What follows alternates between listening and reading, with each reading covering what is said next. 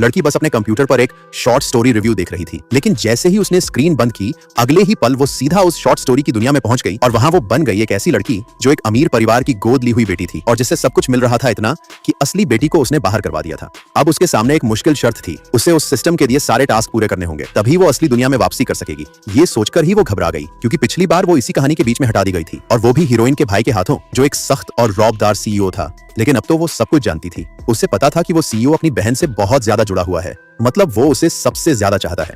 तो उसने सोचा, अगर मैं हीरोइन से दोस्ती कर लूं तो शायद मैं इस कहानी के आने के एंड तक बचकर निकल सकती हूँ। ये सोचकर वो काफी खुश थी, पर तभी कुछ नकाबपोश लोग हीरोइन को वहां लाकर फेंक जाते हैं। लड़की डर गई, अगर सीईओ ने ये सीन देख लिया तो मेरी तो खैर नहीं। वो झट से हीरोइन से माफी मांगने लगी, उसका हाथ पकड़कर रोते हुए कहने लगी, मैं तो सिर्फ गोद ली हुई हूँ, मुझे डर था कि मुझे इस घर से निकाल दिया जाएगा, इसलिए मुझसे गलती हो गई। इस इमोशनल तरीके से वो हीरोइन का भरोसा जीत लेती है, लेकिन उसे क्या पता था कि सीईओ अब भी उस पर भरोसा नहीं करने वाला। जैसे ही उसकी नजर सीईओ पर पड़ती है, उसे अपनी पिछली जिंदगी का वो मोमेंट याद आ जाता है जहां उसकी कहानी अधूरी रह गई थी। वो कुछ समझा पाती उससे पहले ही सीईओ ने एक रस्सीनुमा चीज निकाली और उसे कसकर डांटने जैसा इशारा किया।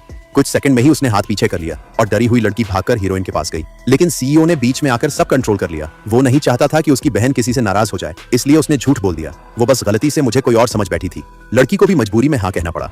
जैसे ही वो सब निकलते हैं, सिस्टम एक नया टास्क भेजता है, हीरो को इम्प्रेस करो। अब लड़की पूरी तरह डर जाती है, क्योंकि इस वक्त सीईओ की नजरों में उसका स्कोर 200 नेगेटिव है। अच्छा ये हुआ कि हीरोइन समय पर आ गई और लड़की को कुछ अच्छे आइडिया दे दिए। लड़की ने फिर हीरोइन से सीईओ की पसंद और नापसंद पूछनी शुरू की और एक लंबा इम्प्रेस मिशन शुरू कर दिया। लेकिन सीईओ तो जैसे टस से मस नहीं हो रहा था, बल्कि स्कोर 250 से गिरकर 290 पर पहुंच गया। अब लड़की को समझ आया, सीईओ को सिर्फ वही चीजें पसंद हैं जो उसकी बहन करती है, दूसरों की नहीं। पूरा दिन मेहनत करने के बाद भी जब कुछ नहीं बदला तो लड़की ने हार मान ली। अब तो छोड़ो ये सब, लेकिन तभी सिस्टम ने एक और टास्क भेजा, उन बदमाश लड़कों की वीडियो बनाओ जो हीरोइन के लिए खतरा बन सकते हैं। ये सुनकर लड़की बिल्कुल घबरा गई, क्योंकि पिछली बार भी इसी दिन उसने कुछ लड़कों को बुलाया था ताकि हीरोइन की छवि को खराब करके उसे घर से निकाल सके। लेकिन जब सीईओ को इस बात का पता चला तो उसने भी उस पर सख्त रवैया अपनाया था। अब की बार लड़की ने ठान लिया, वो इस बार सब कुछ सही करेगी।